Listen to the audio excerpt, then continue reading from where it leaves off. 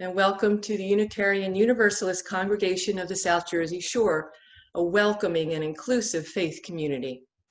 We'd like to welcome any guests we have today. Thank you for taking a chance to join us for worship. My name is Cynthia Javinsky, and I am your worship associate this morning. I am a member of this congregation, and I serve on a number of committees. I'm a member of the choir, sometimes play backup flute or piano, and co-founder and member of the Buddhist Sangha. Our worship service today is led by guest speaker, Reverend K.C. Slack. Reverend K.C. Slack is a Unitarian Universalist minister working at the horizons of art, gender, justice, and pastoral care. K.C. completed their Master of Divinity at Star King School for Ministry in Berkeley, California in 2016, after which they completed a clinical pastoral education, or CPE, residency at Providence St. Joseph Medical Center in Burbank, California in 2017, and were ordained in 2018. Currently, they wear many hats, serving as a minister of the Unitarian Universalist Church of the Verdugo Hills, a facilitator and educator with a nonprofit organization, More Than Sex Ed, a regular guest preacher throughout the Southwestern United States, and a spiritual director working with queer and transgender seminarians. Video of the service will be available on our website and Facebook page later today. If you care to tweet during today's service, you can use the hashtag UUCSJS.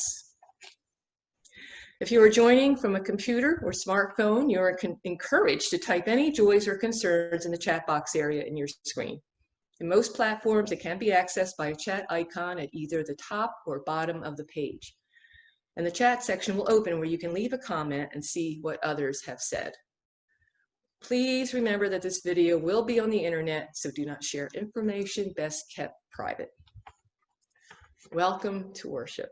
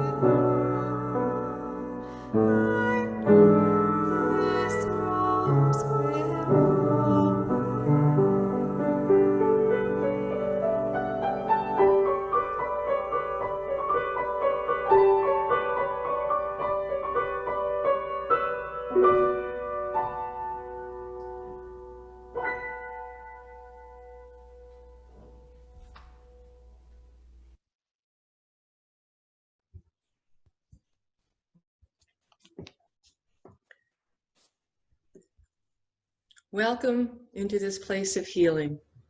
Welcome into this place of challenge and of growth. Welcome into this place of imperfection and aspiration. You are whole in your brokenness. You are holy in your shame. You are wholly loved as you are. Today's chalice lighting words were written by Reverend Cynthia Landrum.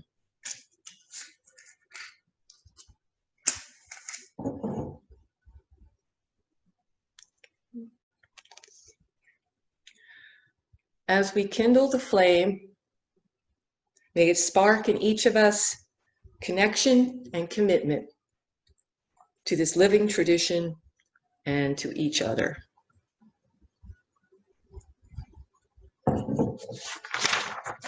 Please join in singing along where you are our gathering hymn, Come and Go With Me.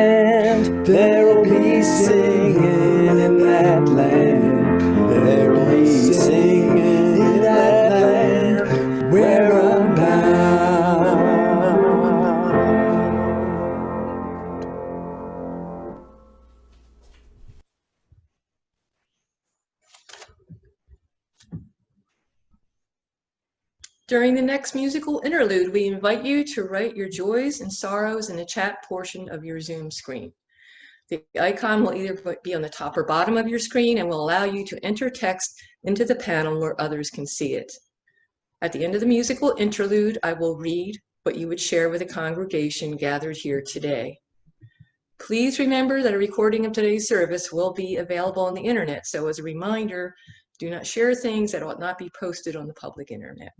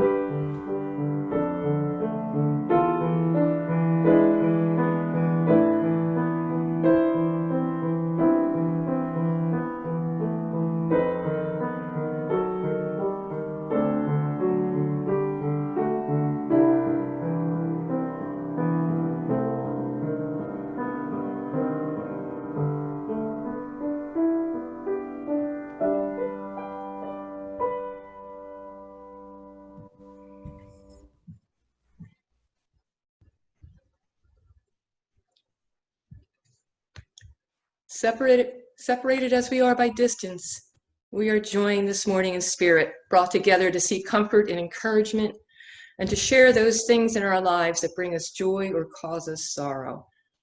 I will now read aloud for all listening what you would share.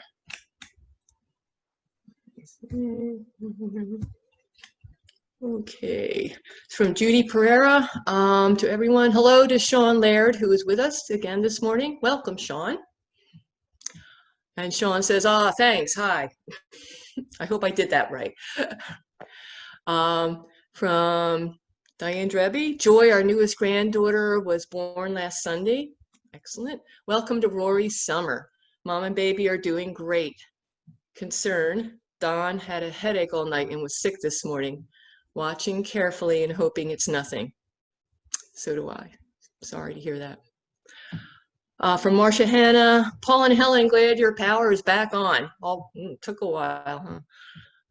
That storm was nasty. And from Richard, yesterday at 5 a.m., our friend Scott of 42 years died from complications of alcohol abuse. Our hearts are broken. Richard, our hearts are with you too. I'm sorry.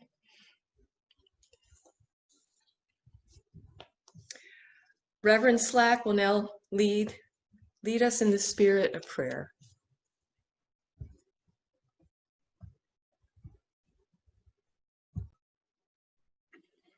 I invite you to take this opportunity to take a deep, grounding breath.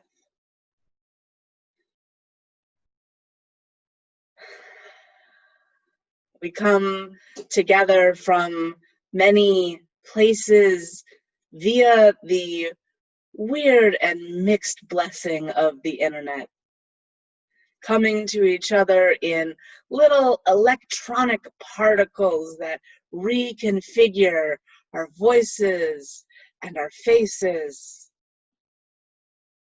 but also connected through that spirit which is undeniable, unbreakable. Together, even at a distance, in the joy of new life, the fear of illness, and the pain of grief, magnifying one another's best moments, feeling the joy of life together, and shouldering the burden of an uncertain and changing world together as well, making the work a little lighter by choosing to do it together. We lift up our hearts in thankfulness, in gratitude, in praise of this connection, for all of the good and the bad. We are together. And that, beloveds, is a blessing. Amen. Blessed be.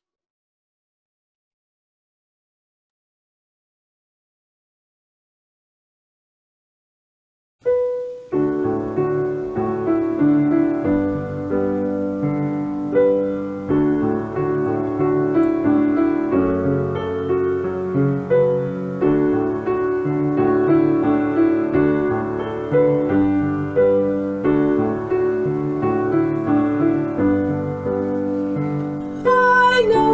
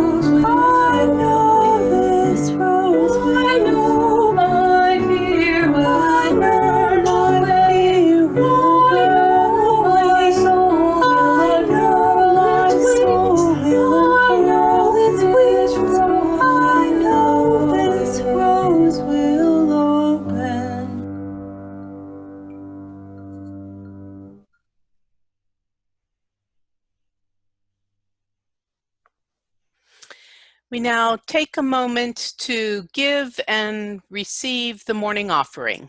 That looks and feels a little different when we're separated by distance. Rather than placing a check or cash in the basket, I ask you to consider a generosity practice of sending a check to our P.O. box or arranging a regular payment be sent through your bank. You can also use the donate button on our website to make a contribution.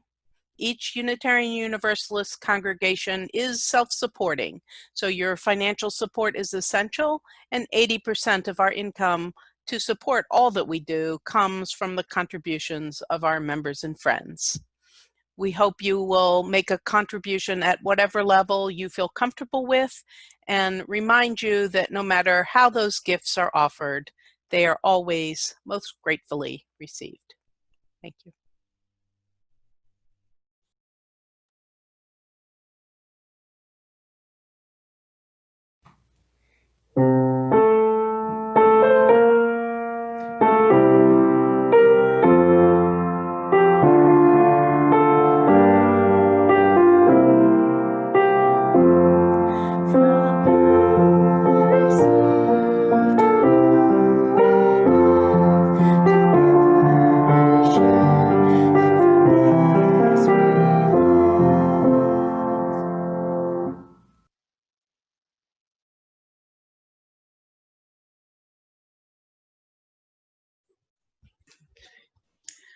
Today's opening words were written by Eric W. Martinez Resley, called Found While Lost. The beauty of the world is the mouth of a labyrinth, writes Simone Weil. We would be foolish not to follow its call. And so we enter the labyrinth, lured by the whiff of a dream still in the making, the possibility of a new relationship, the promise of a new career, the potential for a new beginning. We can never be sure what we will find once inside, but this much is certain. There will be times when the beauty of the world and with it the entrance to the labyrinth unexpectedly disappear. Some relationships will disintegrate, some careers will dissatisfy, some beginnings will disappoint. Unable to find the labyrinth's opening, we often find ourselves in frantic search of an escape, fumbling for the next step, tiring ourselves out in the process. Disheartened, dispirited, we feel disoriented, we get lost. The question is not whether we will get lost in life, but rather how will we move through it in faith? Will we dwell on everything that we have lost, or will we focus instead on everything that we have yet to find? As it happens, there is much that awaits us in our lostness, much to be excavated, examined, even exalted. And not yet knowing what will be, we are afforded the opportunity to appreciate what already is, the things hiding in plain sight. An unfulfilling career, a frayed relationship, for example, may reveal our deeper needs. An unfulfilling career may motivate us to seek out a mentor. A misstart or a misstep may remind us of our own fragile humanity. It may claw open our hearts and sensitize us to the suffering of others. When lost, perhaps the greatest question our faith asks of us is this: how will we be found? Once the time is ripe, the stars align, and the way begins to open, will we be ready to embrace the mystery anew? Will we choose to trust anew, to risk anew, to hope anew? Will we allow ourselves to yet again be drawn in, swept up, taken over by that magic that makes life worth living? In the words of Simone Weil, for if we do not lose courage, if we go on walking, it is absolutely certain that we will finally arrive at the center of the labyrinth, and there God is waiting.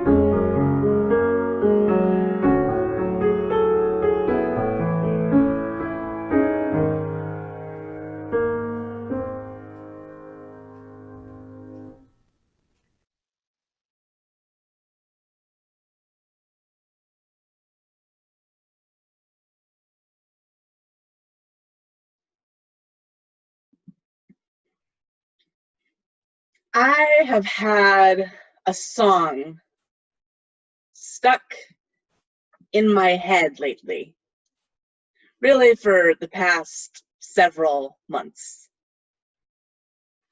Okay, it's not actually quite a whole song.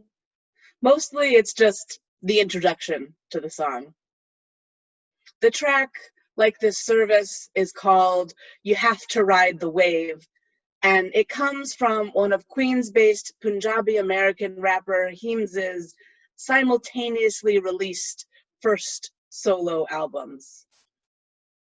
These albums were released after the dissolution of the group Das Racist, which had found popularity with catchy, silly songs like Combination Pizza Hut and Taco Bell, leaving the actually quite political members, Heems and Kool AD, feeling really unheard.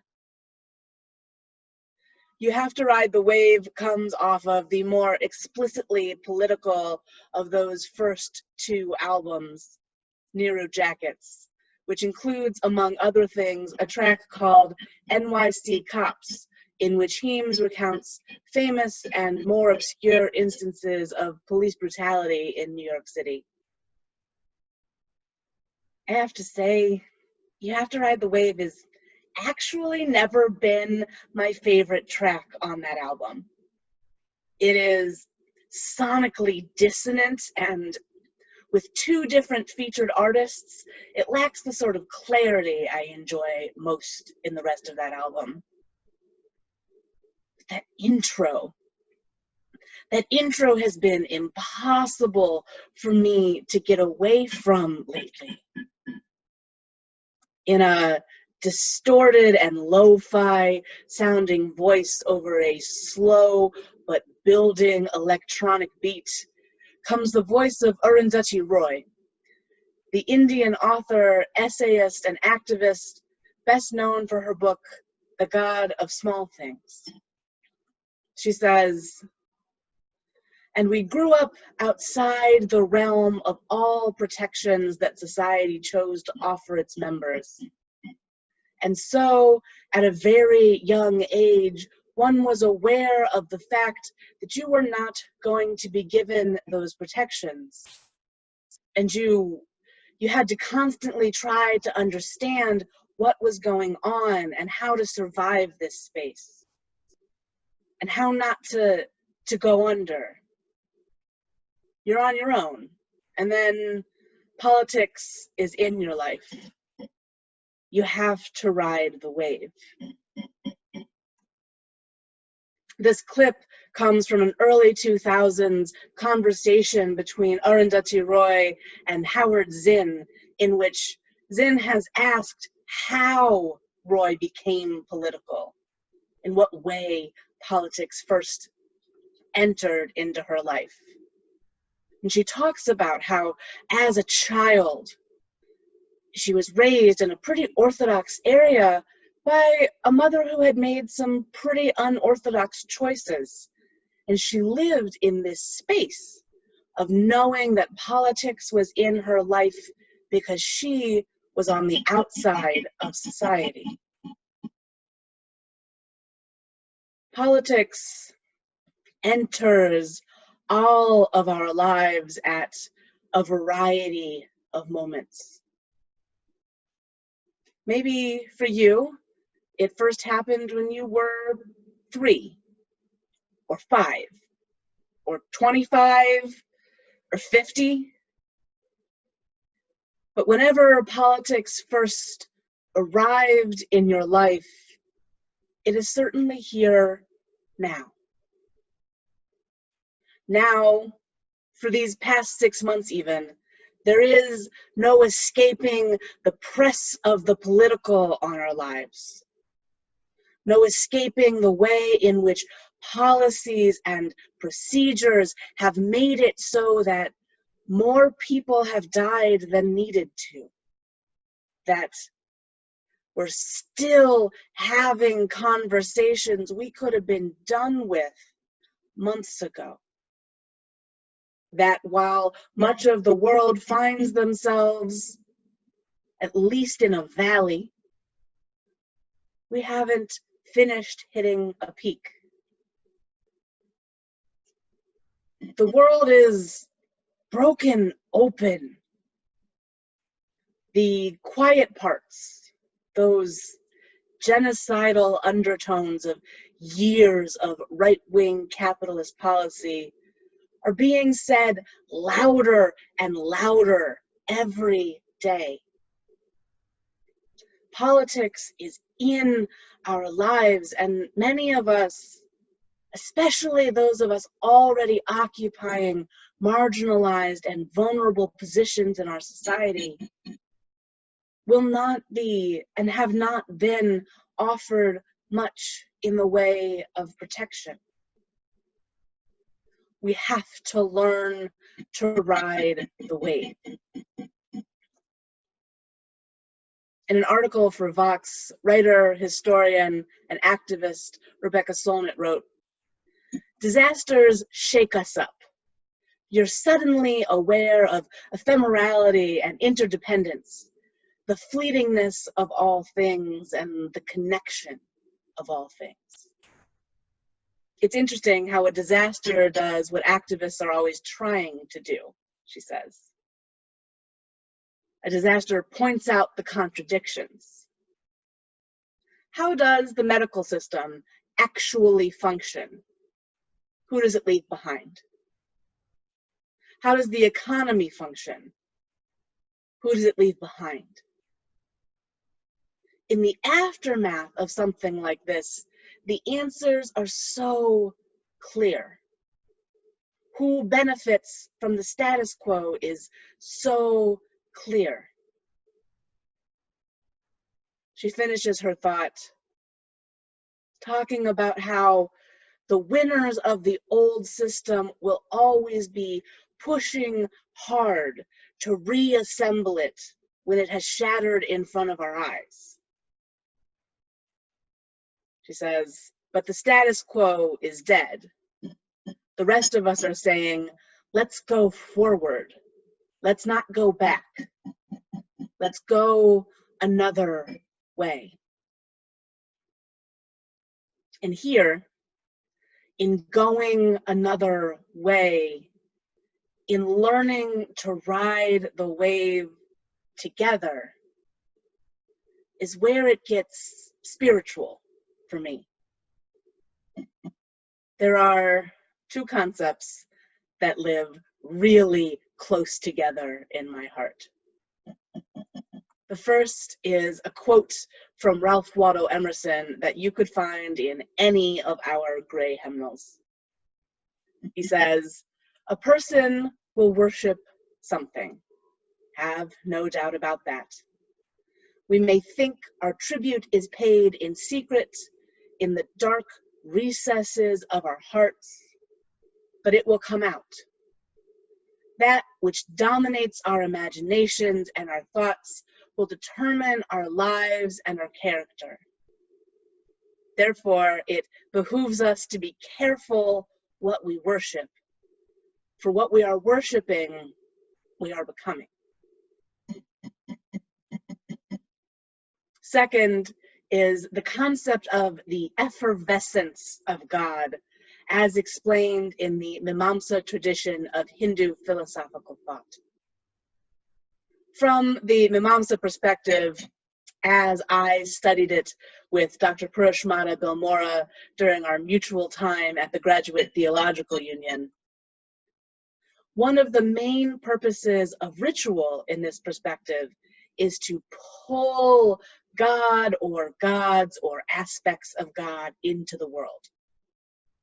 You chant or do a ritual or pray or take on any other ritualistic action as a means of allowing, even calling God to bubble up into the world.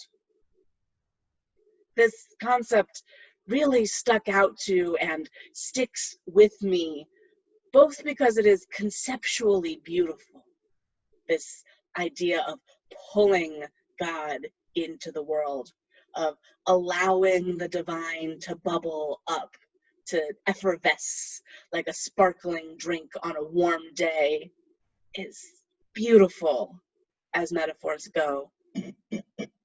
But I think it really sticks with me because it leaves us with some responsibility. God, the divine, the universe, however we're going to call it, has a lot of different aspects and can do or inspire us to do a lot of different things. We're responsible for which things we do. We're responsible for which things we are worshiping, which things we are pulling into existence, which things we are becoming. Learning to ride the wave together, figuring out how to direct ourselves so that the crashing of politics into our lives does not simply drown us, and learning how to do that in a way that means something other than just survival for those of us given swimming lessons and water wings from birth, requires us to think about what we're worshiping, about which aspects of the divine we are pulling into the world, to think about who exactly we've been becoming, and hopefully then to make a new choice. I wonder a lot about what the ruins of this society might look like, which things future archaeologists might decide that we worshipped. Across the country and around the world, many of our biggest and most elaborate spaces are dedicated to commerce. The remains of the New York Stock Exchange might look to future historians like a place where people came together to worship and hopefully be blessed by their god, the market. Malls, Amazon warehouses, billboards, and all manner of other shopping-oriented spaces also might look like places of worship. Signs and stores of where items of pseudo-magical importance could be purchased by devotees hoping to gain favor in making an offering to the god called capitalism. But what has worship of money, markets, possessions, and capitalism actually brought us? Where have we actually arrived in this society? A hierarchy-obsessed world where we make and burn through things like if resources were endless and trash actually disappeared when we stopped seeing it. It looks like every young marginalized person I know passing around the same $20 or $30, hoping to keep each other fed until tomorrow, while 540 Americans sit on top of more money than they could spend in a lifetime. Some of them so much money that they couldn't even spend it in several lifetimes. There's a game you can find on the internet where you try to spend all of Jeff Bezos's money. It's really hard. What else does this look like? It looks like people who are refusing to go to the hospital even now because they would never get out from under the medical bills. It looks like a federal government still much more concerned about the economic impact of this pandemic than about the actual human impact of way too many dead. This is all really heavy, and we all live in this heaviness every day. So let's take a moment to do something else, to center and to dream. Centering and dreaming are necessary to survival in more ways than one. If you are caught underwater, pulled in by a tide you did not expect or one you simply couldn't avoid, the first thing to do is resist your urge to panic. In our situation, being not literally underwater most of the time, we can build in some time to panic if we need it. But right now, let's focus on the centering. I invite you in this moment to position your body in a way that helps you feel grounded. Maybe that's with your feet on the floor and your butt in a chair. Maybe it's standing. Maybe it's with your legs crossed or with a hand over your heart. Whatever position that is, I invite you to find it and take a moment to breathe.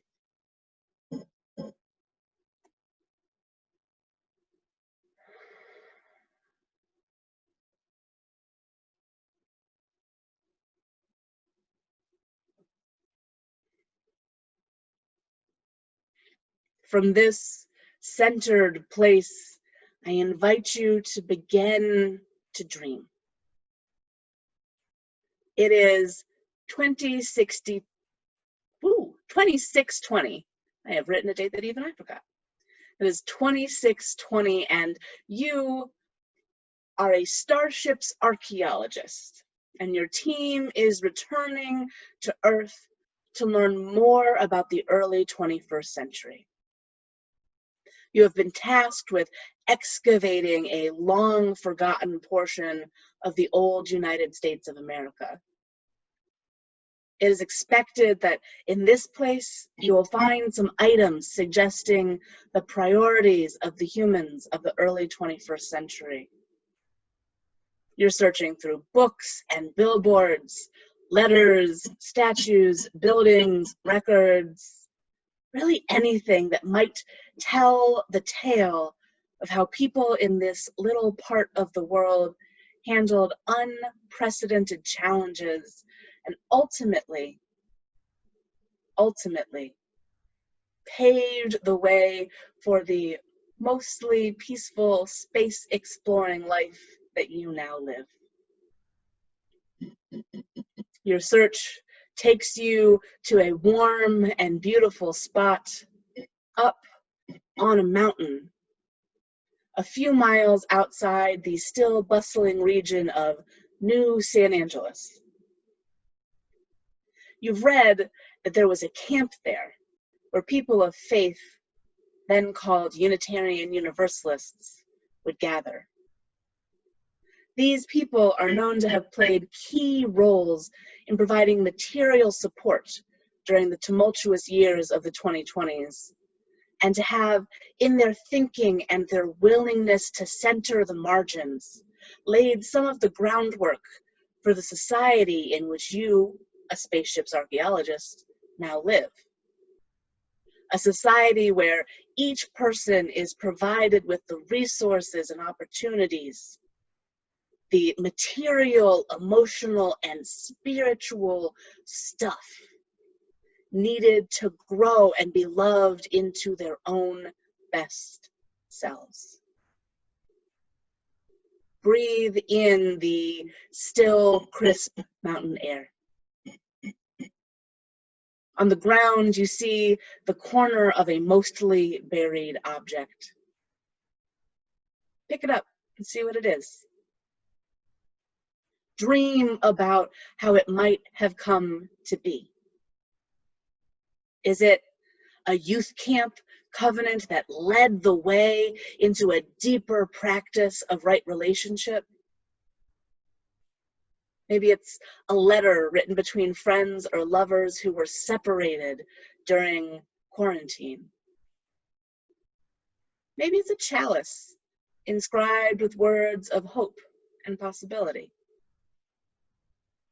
Whatever it is, take a moment to hold it in your hands and consider how the actions taken in any given moment can change the course of history.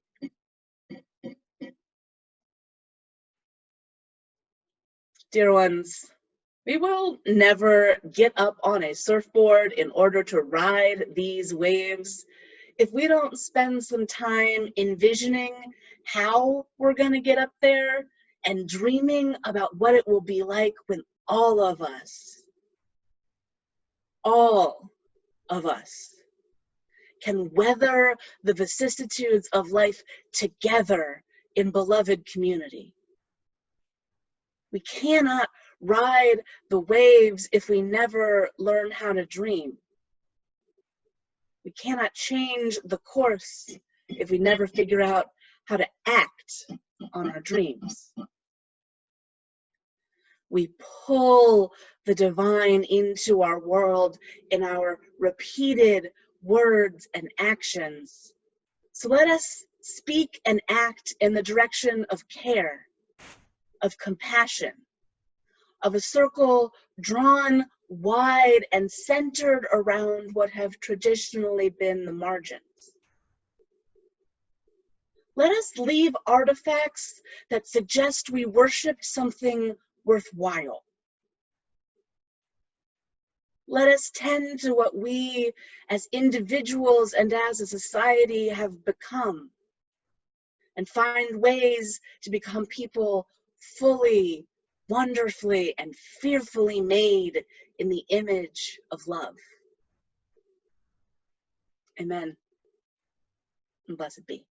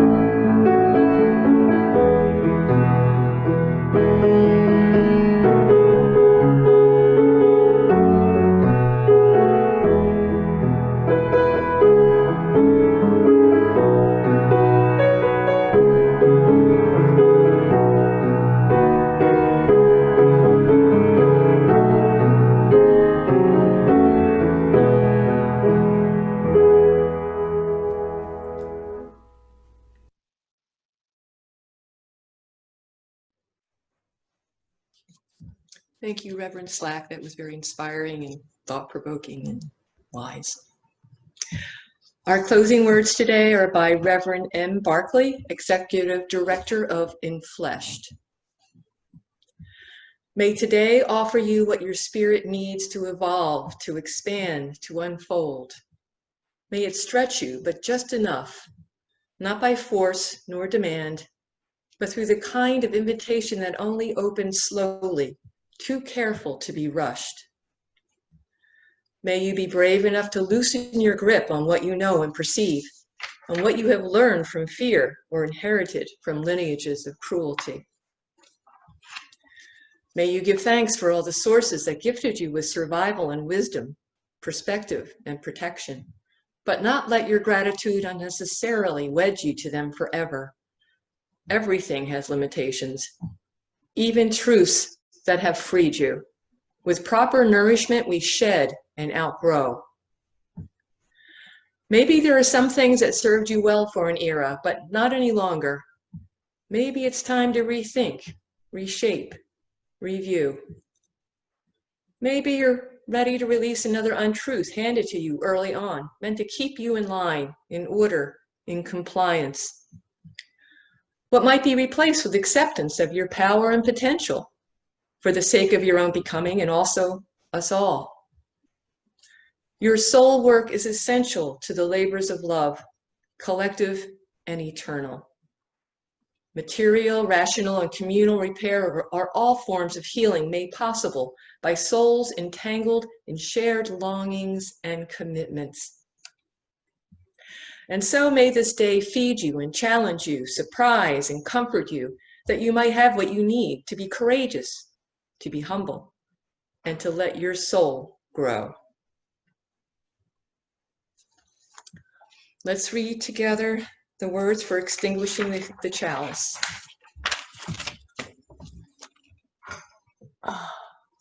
We extinguish this flame, but not the light of truth, the warmth of community, or the fire of commitment.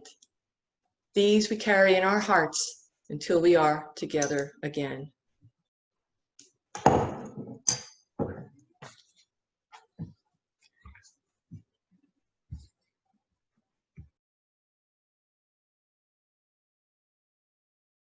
Now, please enjoy our musical postlude.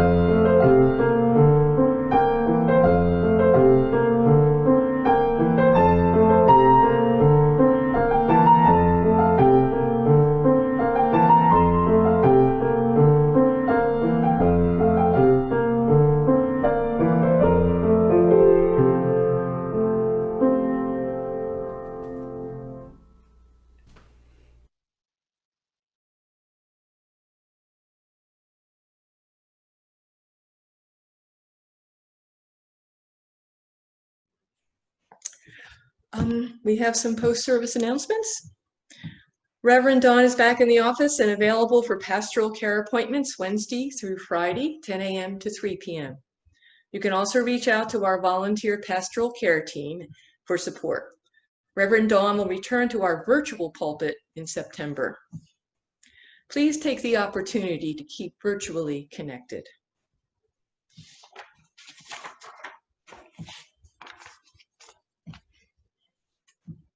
Here are some of our ongoing events. For Sunday, there's worship on Zoom at 10 a.m. Tuesday, we have Learning Lab for Children and Youth with Miss Jess at 3 p.m. Thursday is Common Arts for Do-It-Yourself Hearts at 7 p.m. and all makers and all ages are welcome. Other regular events include Still Singing, Wednesday, August 12th and 26th at 6:45. I'm part of that, and that's very, very good for my singing and keeping up. There's also Family Fun Game Night, the second and fourth Fridays of each month at 7 p.m. The Buddhist Sangha will meet evenings on the first, second, and third Tuesdays at 6:30 p.m. and the last Saturday of the month. And I can't see the last one because there's something covering it up. So there we go. Heartfulness meditation will be, and I can't read that, but everyone else can read it on their screen. My screen is blocked. I apologize. Okay. All right. Sorry. All right. Never mind. If you need to schedule or reschedule a meeting or event, please reach out to the admin at uucsjsadmin@gmail.com to have the calendar altered. We warmly welcome all of you who are visiting us today. Please stay and socialize in our online social time so we can get to know each other better. Now let us share a moment of silence, silent reflection, to consider today's message and the meaning it has in our lives.